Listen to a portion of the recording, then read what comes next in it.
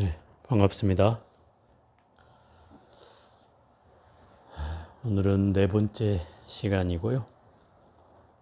세 번째인가?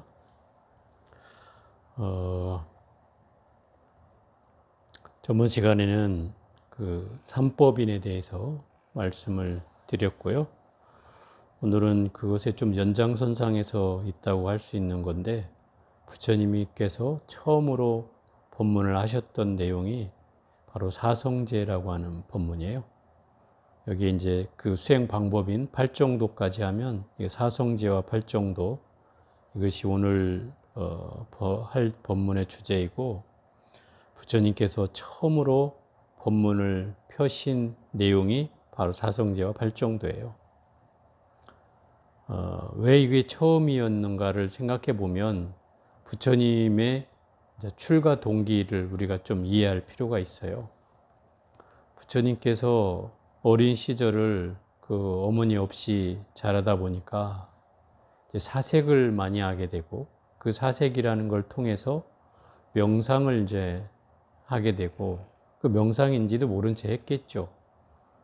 그리고 그런 습관이 이제 계속되니까 아버지가 걱정을 하셔가지고 자꾸 뭐 행사장에도 끌고 가고, 또 뭐 삼시전을 지어가지고 아주 쾌락의 나날로 보낼 수 있도록 막 신혈을 붙여서 매일 밤마다 술과 춤을 추게 하고 하는 막 이런 경계들을 보여줬는데, 그러면 그럴수록 마음은 더 답답해져 갔고 마음은 더 괴로워져 갔죠. 그래서 막상 이제 출가를 하려는 마음을 내었을 때 완강하게 아버지는 이제 반대를 했죠. 그때 이 그 태자였을 때 부처님께서 뭐라고 질문을 하냐면, 그러면 아버지께서 저에게 이 생로병사에 대한 괴로움을 없애주신다면 제가 출가하지 않겠습니다. 이렇게 얘기를 한다. 아버지가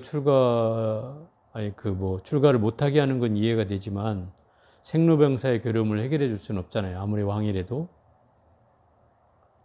그래서 그때로부터 이제 아버지가 감시가 심해졌고, 또 늘 그 주변에 경호원을 붙여가지고 이 태자의 행동을 일거수인투족을 이제 관리하게 하고 보고를 하게 했죠. 그래서 부처님은 그 속에서 출가할 수 있는 상황이 안 되었는데, 마침 이제 그러다가 결혼까지 하게 되었고, 그 야쇼다라 공주로부터 그 라울라라는 아들이 탄생되었을 때가 29살 때였어요. 그때 부처님이 오 라울라여라고 외쳤다는 말이 이름이 됐어요. 그 라울라라는 말은 장애라는 뜻이었거든요. 여러분들은 자식의 이름을 장애라고 이름을 지라면 짓겠어요? 우리말로 하니까 좀 거북한 말이에요. 어쨌든 그 장애라는 뜻은 내가 출가를 하려고 하는데 그 세속의 끈이 나를 뭔가 가로막는구나 하는 그런 느낌이었던 것 같아요. 그래서 라울라라고 불렀던 것 같아요. 오 라울라요 이렇게. 근데 그게 결국 그 아들의 이름이 되었어요. 어쨌든 그때 아들이를 낳았다는 소식을 듣고 이제 바로 출가를 하게 됩니다. 바로. 그래서 숲속으로 들어가서 그 뭐 고행주의자도 만나고 선종주의자도 만나서, 선종주의자로부터는 일주일 딱 공부하니까 그 경계를 넘어버렸어요. 그래서 다시 그 스승을 벗어나서 그래도 만족은 스스로 안 됐던 거죠. 그래서 고행주의자를 찾아갔는데, 고행주의자 밑에서는 6년 동안을 고행을 했어요. 쌀 한 톨에 물 한 모금 먹고 6년을 버틴 거죠. 그래서 부처님의 그 해골과 같은 모습을 보여지는 게 바로 그때예요. 뼈만 앙상이 남아있는 그런 모습이 있는 부처님이 계신데, 그게 6년 동안 고행을 하고 난 결과죠.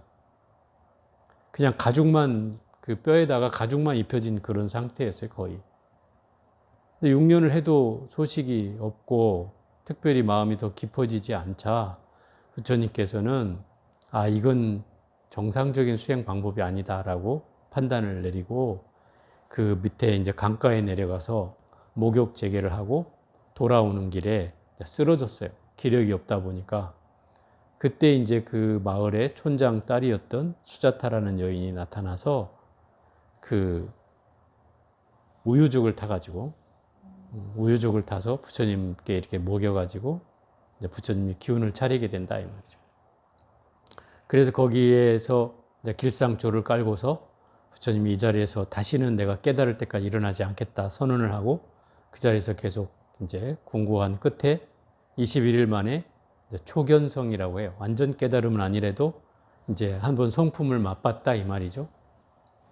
그리고 나서 환희심이 막 일어났죠. 그리고 자기가 한 방법이 옳다는 걸 알게 되었어요. 고행주의자 말만 따랐다가는 6년 동안 해도 안 되던 게 당신이 그걸 다 버리고 새로운 방법으로 정진을 하면서 깨달음을 초견성을 하게 된 거죠. 그리고 그 기연을 찾아서 이제 당신이 떠올렸을 때 어디를 가야 내가 깨달음을 얻을 수 있는 장소가 적합할까를 떠올렸는데 신들의 예상과는 달리 그 전정각산이라는 동굴에 거기가 제일 적당하겠다 싶어서 그곳으로 간다고요. 산이 뭐 큰 산은 아닌데 동굴이 있어요, 중간에. 저도 거길 가봤는데 거기를 전정각산이라고 해요. 왜 전정각산이냐면 깨달음을 얻기 전에 머물렀다 해서 정각 전에 머무른 산이다 전정각산이라고 그러죠. 그 동굴 안에는 딱 사람이 누울 수도 있긴 한데 뭐 그렇게 막 넓은 장소는 아니에요. 몇 사람 들어가면 꽉 차는 데인데 그곳에 이제 부처님이 계셨어요. 근데 갑자기 거기서 깨달음을 얻으려고 정진을 하고 있는데 범천의 신들이 나타나서 만류를 하는 거예요, 부처님한테. 부처님이시여. 뭐 그때는 부처님이라고 안 했겠죠. 그때는 고타마 시타르타였으니까 고타마 태자여. 지금은 여기서 깨달음을 얻어서는 안 됩니다. 아니 난 여기를 알고 여기로 알고 왔는데 아니라고 하니까 다시 떠올려 봐요. 그러니까 부처님도 내가 갈 곳이 이게 아니구나. 거기서 강을 건너가지고 보드가야로 들어가게 되는 거예요. 그 보리수 밑에 아래에서 이제 깨달음을 얻게 되는 거죠. 거기서 이제 정진한 끝에 깨달음을 얻고 49일간을 그곳에 머물렀다.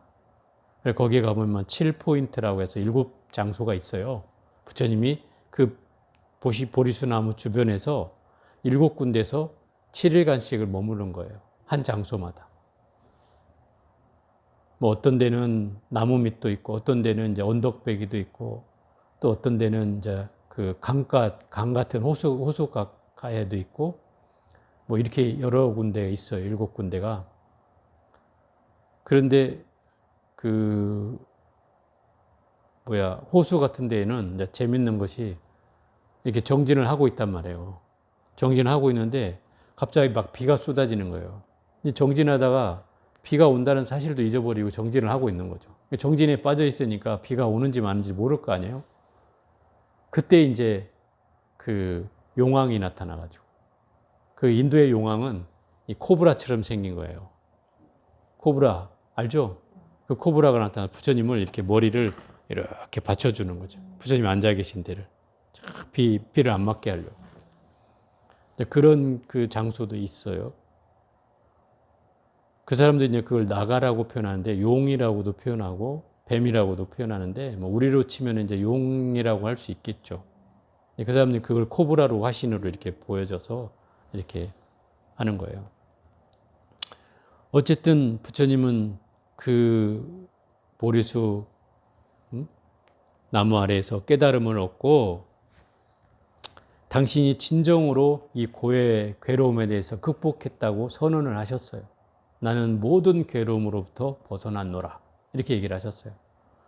그러니까 어떤 분이 그럼 부처님은 죽지 않는다는 말이냐, 뭐 이렇게 생로병사를 괴로움을 해결했다고 하니까 이렇게 말하는데 부처님이 말한 것은 태어나지 않고 죽지 않는다는 이치를 깨달았다는 것이지, 내가 죽고 사는 것에 뭐 마음대로 할 수 있는 것 이런 거하고 좀 다른 문제다.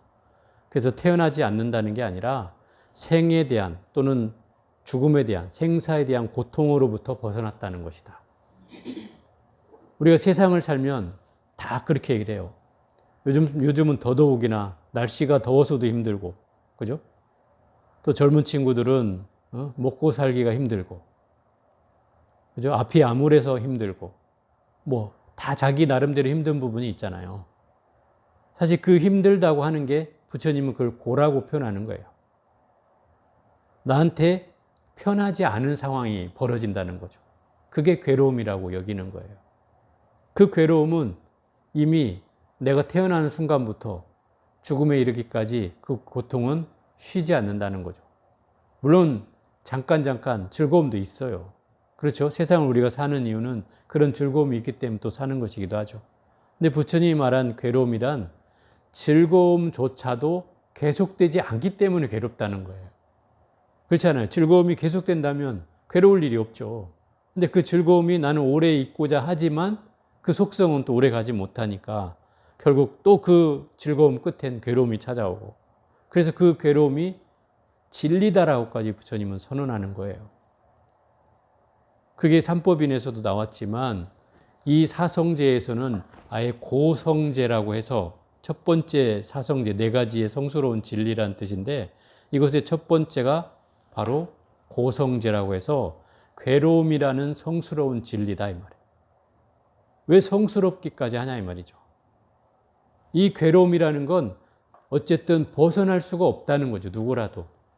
그 괴로움이 왜 벗어날 수가 없느냐? 괴로움이란 우리가 불편하고 어렵고 힘든 건 다 괴로움인 거예요. 범주를 잡자면 그런 거죠. 그렇기 때문에 우리가 힘들지 않을 때가 없고, 그렇죠? 불편하지 않을 때가 없고, 또 어렵지 않을 때가 없잖아요. 그러니 괴로움이라는 것이 진리라는 말은 변할 수 없다는 거죠. 또 이 괴로움이라는 건 그런 거에 있어요. 끊임없이 뭔가 나는 계속 좋은 순간을 유지하고 싶잖아요. 사람 심리는 행복하자고 하는 말이 그걸 좀 오래 간직하고 싶잖아요. 그래야지 그 행복이 오래 가야 괴로움이 사라질 터인데, 그 행복은 우리가 길다라고 아무리 여겨도 사실은 우리 삶 속에서 보면 그렇게 긴 시간이 아니단 말이에요. 이내 괴로움이 또 찾아오고 말죠. 물론 그 괴롭지도 않고 즐겁지도 않은 순간이 있기도 했어요. 있기도 하죠. 그죠? 그저 그런 때가 있잖아요. 그래서 부처님은 괴로울 때도 있고 즐거울 때도 있고 괴롭지도 않고 즐거울 때도 있다라고 얘기는 해요. 그러면 그렇다 해도 그 즐거움조차도 왜 괴로움이냐는 거죠. 그것이 왜냐하면 인간의 욕망의 이유가 있다는 거죠. 그 즐거움을 계속하고자 한다는 거죠. 그게 욕망이잖아요. 왜냐하면 이거 실현 설사 가능할지는 모르지만 추구는 하겠지만, 그러나 실상으로는 영원할 게 없기 때문에 이 즐거움도 항상 끝이 있게 마련이고, 그 즐거움 끝에는 결국 괴로움이나 괴롭지 않은 것이나 뭐 이런 것들이 또 찾아올 거 아닙니까? 그러니까 늘 이 괴로움은 반복된다는 것이죠. 그래서 이 괴롭다라고 하는 것은 원인을 찾았을 때, 물론 원인이 있겠지만 부처님은 그 현상을 생로병사, 네 가지 고통을 얘기했어요. 이걸 사고라고 해요. 태어나는 것도 괴로움이고, 늙는 것도 괴로움이고, 병드는 것도 괴로움이고, 죽는 것도 괴로움이다. 그러면 어떤 사람들은 그래, 늙고 병들고 죽는 건 괴로움이라는 건 이해가 되겠는데 왜 생이 또 괴로움이냐? 우리 막 생일 됐다고 케이크도 켜주고 막 해피 버스데이도 불러주고 막 이러는데 축하하는 일 아니냐, 좋은 일 아니냐, 경축할 일인데 왜 그게 괴로움이냐? 근데 이 노병사가 일어나는 원인이 뭐예요, 결국? 그잖아요. 늙고 병들고 죽는 이유가 태어났기 때문이죠, 결국. 태어나지 않았다면 늙고 병들고 죽을 일이 없잖아요. 그러니 결국 이 생이 괴로움인 이유인 거죠. 근본적인 이유죠, 따져보면.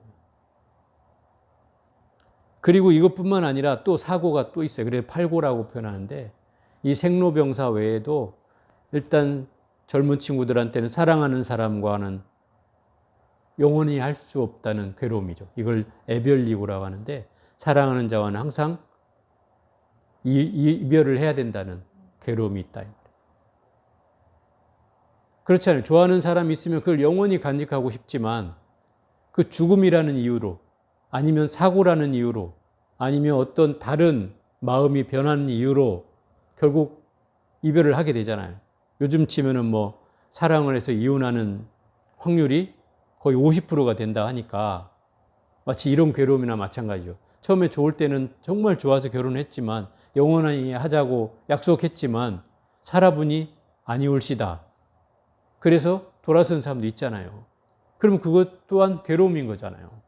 그게 사랑하기는 하지만 이별해야 되는 그 괴로움이 있다는 것이고, 또 하나는 원증회고라고 해서 내가 미워하는 사람이 있어요. 정말 미워하는 사람이 있는데 그 사람은 평생 안 보고 싶을 거 아니에요. 그죠? 원망을 하고 미워하는 사람이 있다면 평생 안 보고 싶겠죠. 그런데 우리 흔히 속담에도 나오지만 원수와 외나무다리에서 만난다고 하듯이 그런 사람하고는 또 만나게 되는 괴로움이 있다는 거죠. 불편하죠. 내가 미워하는 사람과 만나 있으면 어떻게 해요? 불편해요. 그 자리가. 같이 있고 싶지 않죠. 그것도 괴로움인 거예요. 그런데 또 이게 만나진단 말이죠. 문제는. 그게 인과관계가 있다는 뜻이죠. 그러니까 제가 늘 그런 얘기를 하는 거예요. 사랑하는 거나 미워하는 거나, 어떤 사람은 사랑은 좋은 거고 미운 거는 싫은 나쁜 거라고 얘기하겠지만 둘이 똑같다는 거예요. 뿌리가 같아요. 뿌리가 같은 데서 일어난다는 거죠. 이 이치를 알면, 예를 들어서 이렇게 생각해 보면 알아요. 원수는, 내가 정말 미워하는 원수가 있다고 쳐봐요. 원수는 모르는 사람이 원수가 될 일은 없잖아요. 그죠? 모르는 사람이 원수가 되진 않아요. 그러면 이 원수는 언젠가는 좋아했던 적이 있는 사람인 거예요. 대부분이 그래요. 그래서 이걸 바꿔서 얘기하면 좋아한 사람이 원수가 되는 거예요. 그래서 제가 이런 표현을 쓰죠. 친구가 원수가 된다. 결국 그 원수라는 사람은 과거에는 나하고 친구였을 수 있다. 설사 지금은 아니래도, 전생이라도, 또 현생에는 더 잘 알 수 있죠. 현생에 아는 사람 중에 가까운 사람이 나중에 등을 돌리면 쳐다도 안 봐요. 제가 그런 경우를 몇 번 봤어요. 몇 번이 아니요. 많아요. 그래서 이게 친하다고 하는 건 그렇게 좋은 것만은 아닌 것 같아. 친하면 되게 조심해야 돼요. 서로가 조심해야 돼. 그런데 친할수록 이제 조심 안 하기 시작하면서 이 문제가 발단되는 거예요. 친구들도, 남자들은 막 친구하고 만나면 뭐 이 자식 저 자식 찾아가면서 막 이놈 저놈 찾아가면서 하잖아요. 근데 그런 것들이 결국은 또 감정을 사게 하고 또 서로가 틀어지게 만들고 또 그래 신뢰가 깨져서 나중엔 쳐다도 안 보는 사람이 될 수 있다. 그러니 결국 이 사랑과 징후는 바로 이 같은 뿌리에서 나온다. 제가 늘 얘기하는 거예요. 그래서 사랑하지 않는 자, 미워하지 않는 자, 사랑과 미움이라는 건 다 둘이 반대말이지만 결코 반대말이 아니라 한 뿌리에서 나온다는 거예요. 그걸 우리가 잘 인지하면 조금 지혜로워질 수가 있어요. 그게 원증해고이고, 7번째는 구부득고라고 해서 내가 뭔가를 얻으려고 하지만 쉽게 얻어지지 않잖아요. 구하려고 하지만 구해지지 않는 것. 그런 괴로움이 구부득고라는 거예요. 뭔가 열심히 내가 노력해 가는데도 잘 안 되잖아요. 뭔가가 이루어지지 않은 것. 이런 괴로움이죠. 또 마지막으로 8번째 괴로움은 오음성고라고 해서, 오음이라고 하는 건 5가지의 우리가 감각기관으로 일으켜지는 것들이에요. 색수상행식이잖아요. 뭐가 색을 보고 거기에 뭔가 받아들임이 있고 그걸 떠올리고 그걸 의지를 일으켜서 어떤 결론을 내는 경계. 더 쉽게 말하면 내 눈으로 보고 듣고 냄새 맡고 맛보는 것에 의해서 끊임없이 일어나는 괴로움이 있다. 예를 들어서 그렇잖아요. 내가 좋아하는 사람을 보면 어때요? 계속 보고 싶죠. 응? 계속 보고 싶잖아요. 또 내가 좋아하는 소리를 들으면 계속 듣고 싶죠. 좋아하는 맛을 봐도, 좋아하는 냄새를 맡도 뭐든지 좋은 것은 더 하고 싶죠. 근데 반대로 내가 싫어하는 사람을 만나거나 또는 싫어하는 소리를 듣거나 싫어하는 냄새를 맡거나 싫어하는 맛을 보면 거부하게 되죠. 거부감을 갖잖아요. 결국 이것이 치성해지는 것도 또한 괴롭다는 거예요.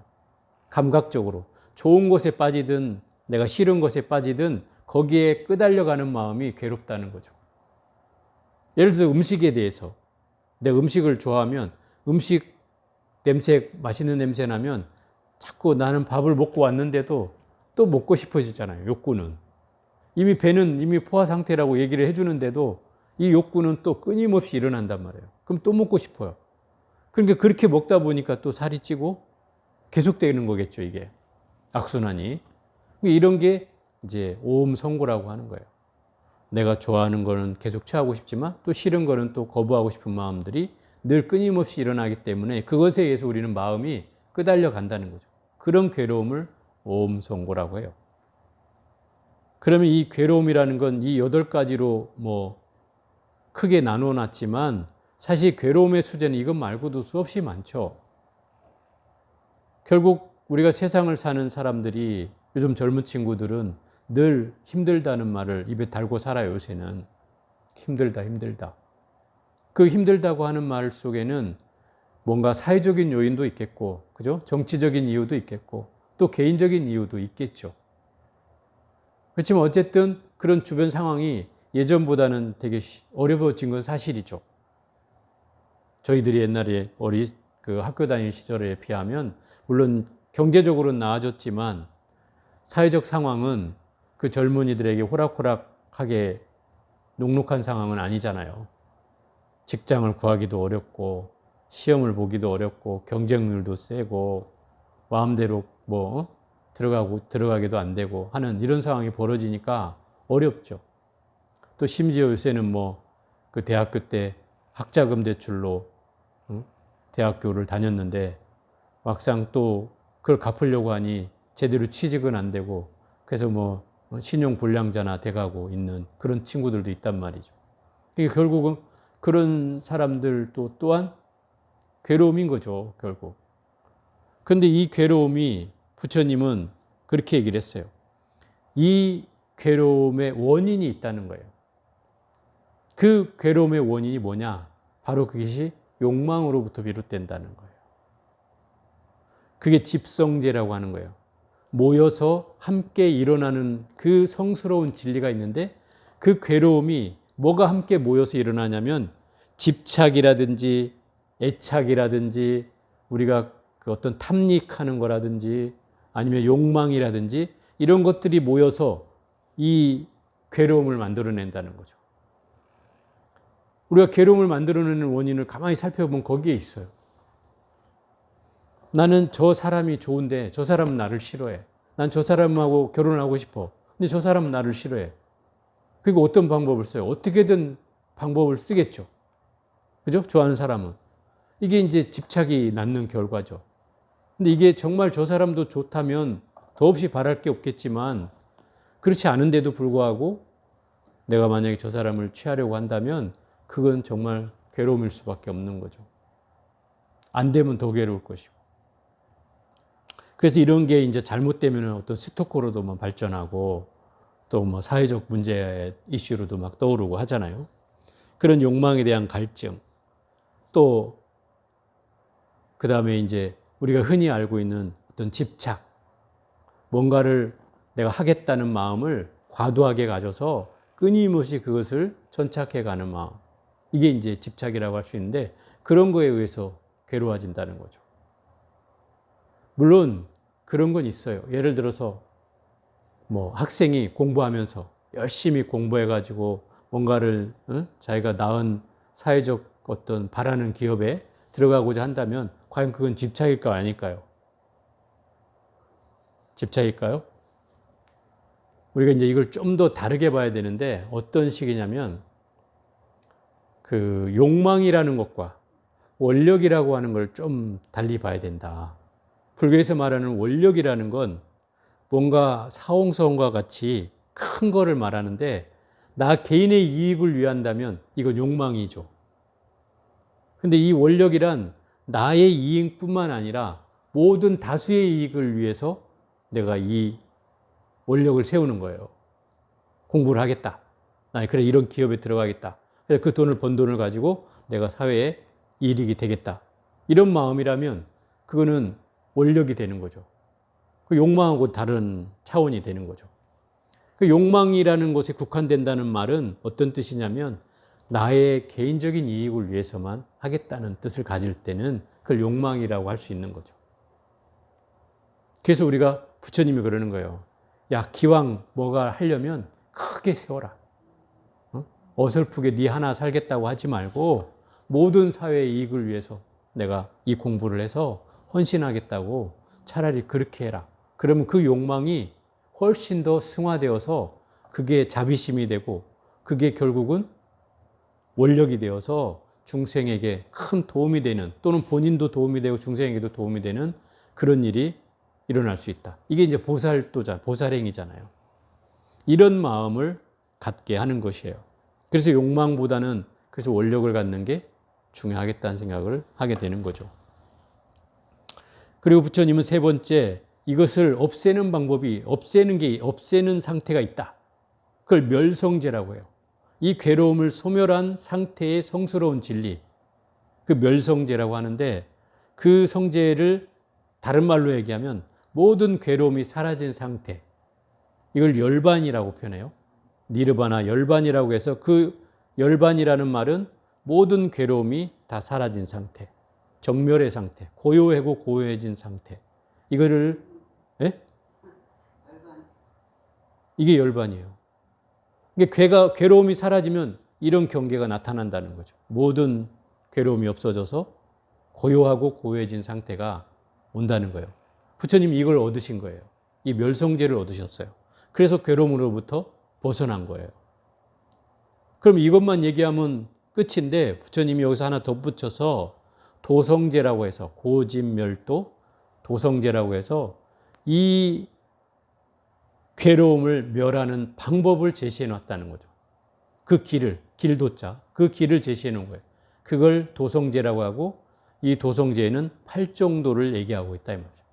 8가지의 바른 길을 가면 네가 괴로움으로부터 또는 집착으로부터 벗어날 수가 있다 라고 선언하신 거예요. 그 8가지가 뭐냐면, 첫 번째, 정견을 가져라. 정견은 바르게 본다는 것이다. 어떻게 해야 바르게 보는가? 뭐 도덕적으로 보는 게, 밖에서 사람들은 바르게 본다 그러면 착하게 살아라 뭐 이런 뜻으로 이해할지 모르겠는데, 부처님이 말하는 정견은 있는 그대로 본다는 거예요. 너무 쉬운 일이잖아요. 있는 그대로 본다는 거. 그런데 왜 이걸 정견이라고 하냐 이 말인 거죠. 그런데 우리가 다시 돌이켜서 생각해 보면, 있는 그대로 보는 게 바른 견해라면 그거 쉬울 것 같은데 생각도 들 수 있어요. 그런데 실상은 우리의 견해는 있는 대로 보기가 어렵게 되어 있어요. 우리 구조 자체가. 왜 그런가 하면 이렇게 한번 얘기해 볼게요. 이게 부처님 경전에 제일 많이 등장하는 얘기인데, 한 나그네가 어스름해진 저녁 무렵에 길을 걷다가 이렇게 새끼가 꼬여 있는 걸 보고 깜짝 놀라서 뒤로 자빠졌어요. 그리고 놀라서 자빠졌는데 벌떡 일어나서 이렇게 보니 새끼줄이었단 말이에요. 그 뭐 때문에 놀랐어요, 이 사람? 이 새끼줄이 뱀인 줄 알았단 말이에요. 뱀인 줄 알았어요. 만약에 새끼인 줄 알았으면 놀랄 일이 없잖아요. 그러면 제대로 못 봤다는 뜻이죠. 물론 어스름해져서도 못 볼 수도 있지만, 이 사람은 이 기억 속에, 머리 기억 속에 이렇게 또아리를 틀고 있는 이 새끼줄과 같이 생긴 이런 것들은 뱀이라고 하는 선험적 경험이 내 의식 속에 남아 있었다는 뜻이죠. 그죠? 만약에 내가 저 새끼줄을, 뱀을 본 적이 없는 사람이라면 새끼줄을 보고 뱀이라고 착각할 일이 없겠죠. 그죠? 이 사람은 이미 과거에 내가 뱀을 봤을 때 뭔가 머리가 쭈뼛쓰고 놀랬던 기억이 있단 말이에요. 그게 의식 속에 저 밑바닥에 남아있다가 갑자기 저 비슷한 새끼줄을 보는 순간 그 기억이 오버랩된 거죠. 그래가지고 저 새끼줄이 뱀이라고 착각하고, 그죠? 그리고 놀랐단 말이에요. 이런 과정이 우리가 세상을 바르게 볼 수 없는 이유다 이 말이에요. 있는 그대로 볼 수 없는 이유다. 예를 들어, 다시 한번 예를 들어 볼게요. 어떤 분이 저 멀리서 누가 와요. 옷을 이렇게 보살님하고 비슷하게 입었어. 그러니까 요 가까이 아는 사람이, 저 보살님, 저 공덕수 정영순 보살님인데 이렇게 얘기를 했는데, 비슷하게 생겼어. 머리도 작고, 이렇게 생겼는데, 가까이 가보니까 다른 사람이야. 가까이 다가오는데, 다른 사람이야. 그러면 우리가 다른 사람이라고 하는 것을 확인했을 때, 내가 잘못 봤구나, 라고 인지게 되잖아요. 근데 그러기 전까지는 나의 의식 속에는 이미 보살님에 대한 인상이나, 옷차림이나 생김새나 또는 신장이나 뭔가 내가 기억되어 있는 부분이 있었겠죠. 그러니까 그걸 가지고 그 사람을 본 거죠. 그럼 이런 걸 뭐라 그래요? 이런 게 이제 선입견이라고 하는 거예요. 고정관념이 나한테 있었다는 거죠. 그래서 사물을 그 고정관념에 의해서 보게 되는 거예요. 이게 우리의 의식이 발휘되는 순간이에요. 누구라도 이렇게 된단 말이에요. 예를 들어서 다시 또 비유를 들자면 지나가다 꽃 한 송이를 봤어요. 노란 꽃을 봤는데 사람은 어떤 생각이 드냐면 거기에다가 나 저 노란 꽃 좋아. 내가 옛날에 뭐 때문에 좋아했던 것들을 막 떠올리게 된단 말이에요. 그리고 심지어 어떤 사람은 저 꽃이 무슨 꽃이라고 막 찾아내기 시작하고. 그러니까 결국 있는 그대로 볼 수 없도록 내 의식 사이클이 돌아간다 이 말이에요. 그죠? 이런 구조로 우리는 늘 반복되게 돼 있어요. 그래서 우리가 사람이 오해를 하고 착각을 하고 잘못 보는 이유들이 바로 우리의 선험적인 경험에 의해서 나온다는 거예요. 우리가 선입견을 가지고 고정관념을 가지고 있는 것들이 저장돼 있다가 그 비슷한 것만 나타나면 그걸 껴맞추는 거죠. 이렇게. 그러다 보니까 이 사물을 있는 그대로 볼 수 있어지겠어요? 없어지겠어요? 없어지는 거죠. 그래서 어려운 거예요. 있는 그대로 보는 게 어려운 거예요. 우리가 수행을 한다는 것은 또는 사경이나 강경이나 이런 수행을 한다는 것은 결국 우리가 가지고 있는 기억, 고정관념이나 선입견 또는 어떤 상처, 트라우마 하는 이런 여러 가지 경험들을 지워내는 작업이다 이 말이에요. 그게 우리가 하고 있는 수행이에요. 그것이 지워져야 사물을 볼 때 과거의 경험이 떠오르겠어요? 안 떠오르겠어요? 이게 싹 지워진다면 떠오를 일이 없는 거죠. 그러면 어떻게 돼요? 사물을 그냥 있는 그대로 보게 되는 거죠. 그죠? 있는 그대로 보게 돼요. 이게 정견이에요. 어떤 선입견이나 고정관념도 없이 또는 선험적 기억이나 경험도 없이 그저 있는 그대로 보는 것을 정견이라고 하는 거예요. 이해가 되죠? 여기다 하나 덧붙인다면 좀 더 구체적으로 말한다면 어떻게 해야 정견을 할 수 있는가? 연기적으로 바라보라 그런 거예요. 부처님은 그렇게 얘기해요. 연기적으로 바라보라. 나의 선험적 경험으로 그걸 볼 게 아니라 왜 저런 일이 일어났는가를 떠올려라 이 말이에요. 예를 들어서 내가 왜 새끼줄을 봤는가? 왜 새끼줄이 나타났지? 또는 나는 왜 저 노란 꽃을 보았지? 노란 꽃이 왜 내 앞에 나타났지? 이런 거. 그런 이유를 따지면 그게 연기적 세계관이거든요. 그 연기적 세계관으로 보면 그게 바르게 보는 일이다 이 말이에요. 예를 들어서 그 비유를 이렇게 들어봐요. 우리는 뭐 9시 뉴스나 뭐 이런데 예를 들어서 막 거의 인간으로서 할 수 없는 짓을 저지른 일에 대해서 막 뉴스가 나오면 예를 들자면 막 아버지가 자식을 죽였다거나 또는 자식이 아버지를 죽였다거나 이런 경험을 막 뉴스에 나온다면 대부분의 사람들은 밥상머리에 앉아서 뭐라 그래요? 저런 뭔 자식을 봤나 이럴 거 아니에요? 그죠? 막 욕할 거란 말이에요. 물론 단순하게 그 뉴스에서 나온 내용만 보면 인륜의 어떤 도덕적 저기를 저버린 일이니까 인륜의 뭐 그 도덕을 저버린 일이니까 지탄을 받아서 뭐 마땅한 일일 수도 있겠지만 우리는 그럴 때 연기적으로 본다면 저건 필시 어떤 이유가 있을 것이다. 어떤 필시 이유가 있을 것이다.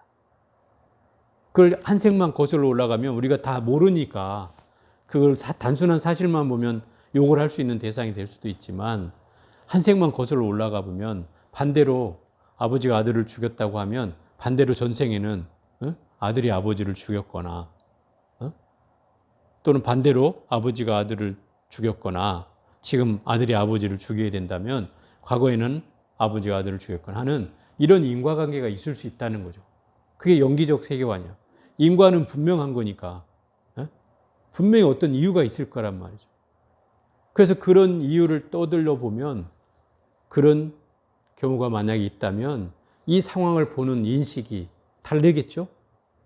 다를 거 아니에요?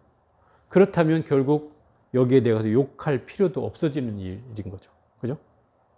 이유가 없어지죠. 아, 전생이 저래서 저랬겠구나. 필시 분명히 이유가 있을 거야. 이렇게 생각해 보면 그 상대를 어떻게 돼요? 이해하는 마음이 훨씬 더 생겨나죠.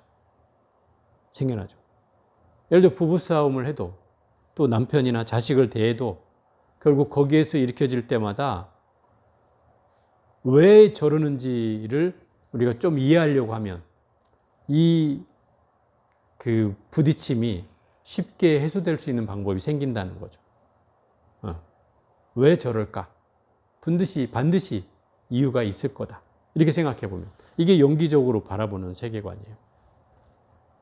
그러면 이게 우리가 정견을 할 수 있는 측면이 훨씬 더 좋아진다는 거죠. 이 정견에 의해서 정사, 바르게 생각하고, 정어, 바르게 말하고, 정업, 바르게 생활하고, 바르게 행위하고, 정명, 바르게 생활하고, 정정진, 바르게 노력하고, 정진하고, 정념, 바르게 알아차리고, 정정, 바르게 수행하는 것. 이게 8가지. 8정도를 설명해 놨어요. 이 바르다고 하는 표현은, 불교적 표현은 중도라는 뜻이에요. 도덕적으로 바르다는 뜻이 아니라 중도라는 뜻이에요. 그 얘기 무슨 얘기냐면 어디에도 치우치지 않는다는 뜻이에요. 응? 어디에도 치우치지 않는 거. 이게 바른 거예요. 어디에도 치우치지 않는다는 건 예를 들면 구체적으로 우리가 이제 정치적인 이슈에도 많이 막 대립이 되잖아요. 막 진보다, 막 보수다, 막 이렇게. 근데 이 중도란 진보에도 걸리지 않고 보수에도 걸리지 않는 거예요. 이 입장을 떠나 있는 거예요. 어중간하게 중간이 중도가 아니고 이들의 입장을 떠나 있는 거예요. 걸리지 않는 거예요. 그래서 이걸 중도라고 하는 거예요. 그래서 이 중도는 바로 다시 얘기하면 정도다 이렇게 표현할 수 있는 거죠. 바르다, 알맞다, 정확하다 이렇게 얘기할 수 있는 거죠. 그래서 결국은 우리가 불교를 바라보는 시각은 부처님의 초전법륜, 처음으로 법을 여신 법문은 바로 사성제 8정도로 시작이 된다는 거죠. 그래서 불교라는 종교를 괴로움으로 시작된 종교이고 그 괴로움을 해결한 종교이고 또 괴로움을 해결하는 방법을 제시한 종교다 이 말이에요. 그게 이 사성제 8정도에 담겨 있는 가르침이죠. 그래서 이 사성제 8정도만을 우리가 잘 이해해도 인생을 살아가는데 굉장히 중요한 힌트를 얻는다는 거죠. 중요한 힌트를 얻어요. 왜? 불교는 괴로움을 해결하는 종교이기 때문에 세상을 사는 모든 힘든 사람들이 불교를 이해할수록 그 힘듦으로부터 벗어날 수 있는 어떤 시각과 행위, 수행, 마음을 지켜보는 것까지 다 가능해진다고 하는 거죠. 불교는 여기에서 종교가 출발하는 거예요. 그 괴로움을 해결하겠다는 마음으로 출발하는 거예요. 그렇기 때문에 어떤 사람은 그렇게 얘기하죠. 불교는 어렵다 이렇게 얘기하는 분도 대체적으로 있었어요. 근데 시간이 지나면 지날수록 불교가 와닿는다라고 하는 사람이 많은 이유는 점점 힘든 사람이 많아지고 있다는 저는 반증이라고 생각해요. 특히나 요즘 젊은 친구들이 불자들이 많아지고 있다고 우리는 피부로 못 느끼지만 세상의 어떤 흐름 속에는 이제 많이 얘기를 하고 있단 말이죠. 그럼 그 사람들이 왜 불교를 좋다고 할까라고 생각해 보면 아마 그런 이유가 있지 않을까? 저는 그렇게 생각을 해봐요. 세상이 힘든 만큼 그 힘듦을 어떤 물리적인 방법에서 찾지 않고 정신적인 부분에서, 왜냐하면 물리적인 부분에는 한계가 있다 보니까 해봐도 끝이 있고 또 즐거움도 해보지만 결국 어떤 한계가 있고, 그러다 보니 그 괴로움을 정신적인 영역에서 찾아야 되겠다고 생각하는 흐름이 생겨났다는 거죠. 그게 이제 요새 젊은 친구들이 불교에 대한 어떤 이해도가 조금씩 생겨나면서 이런 일들이 가능해지지 않았나 생각을 해봅니다. 그래서 어쨌든 부처님은 바로 이 괴로움 때문에 출가를 했고, 결국 그 괴로움을 극복해서 생로병사에 대한 괴로움을 벗어났다고 당신이 선언을 했단 말이죠. 그게 깨달음이었어요. 이제 이거를 연기적으로 풀어보면, 그건 다음 시간에 나오겠지만, 어쨌든 결국 불교라고 하는 종교는 이 고로부터 시작됐다는 뜻이죠. 괴로움으로부터 시작됐고, 또 그 불교의 완성은 그 괴로움을 해결함으로 인해서 불교가 완성되었다는 뜻이고, 결국 그 방법을 또 이 팔정도라는 것을 통해서 불자들에게, 또 모든 사람들에게, 중생들에게 그걸 제시해 주고 있다는 거죠. 이렇게 가면 모든 괴로움으로부터 벗어날 수가 있다. 그 괴로움을 벗어난 길이 있다. 이미 나는 괴로움을 벗어났기 때문에 이 얘기를 할 수 있는 거다. 이런 거죠. 그게 부처님이 처음으로 그 사르나트 녹야원, 사슴동산이라는 곳이 녹야원이에요. 그곳에 그 부처님을 시봉했던 5명의 고행을 같이 했던 수행자들이 있었는데, 다 이게 아버지 정관왕이 보낸 사자들이었어요. 아들의 소식이 궁금해서 보낸 사자들이 전부 다 부처님한테 가서는 다 출가를 해가지고 5명이 다 머리를 깎고 고행주의자가 됐어요. 근데 부처님이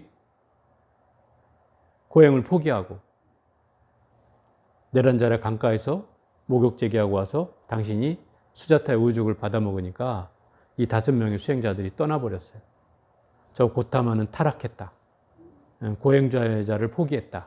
우리는 같이 할 수 없다. 5명이 떠나버렸어요. 그래서 부처님이 자기 스승들을 다 떠올려 봤지만 이미 돌아가셨고, 그래서 제일 먼저 법을 전할 사람을 선택한 것이 이 5명의 비구였어요. 그래서 이 사람들이 어디 있나를 보니까 녹야원에 있어서 거기를 당연히 찾아가죠. 보드가야에서 거기까지 찾아가서 거기에 가서 이제 법문을 처음 설한 법문이 바로 이 사성제 팔정도 법문을 하게 되는 거예요. 이걸 통해서 이들도 깨달음을 얻어요. 5명도. 한 사람은 하룻밤 만에, 하루 저녁 만에 깨달음을 얻었고, 나머지 4명은 이틀, 3일, 4일, 뭐 일주일 안에 다 깨달음을 얻어요. 계속 부처님이 막 법문을 하셔가지고. 그래서 그 첫 대목에 막 그런 내용들이 나오거든요. 어쨌든 그래서 이 사성제 팔정도는 그 초전 법륜이라고 불려지는 이유가, 처음으로 부처님께서 법의 바퀴를 굴렸다. 그게 바로 이 사성제 팔정도예요. 그다음에 사성제 팔정도는 그래서 불교에 있어서는 굉장히 중요한 의미가 있는 법문이 되겠죠. 불교의 시작과 끝을 설명한 종교이기 때문입니다. 자, 오늘은 여기까지 해보겠습니다.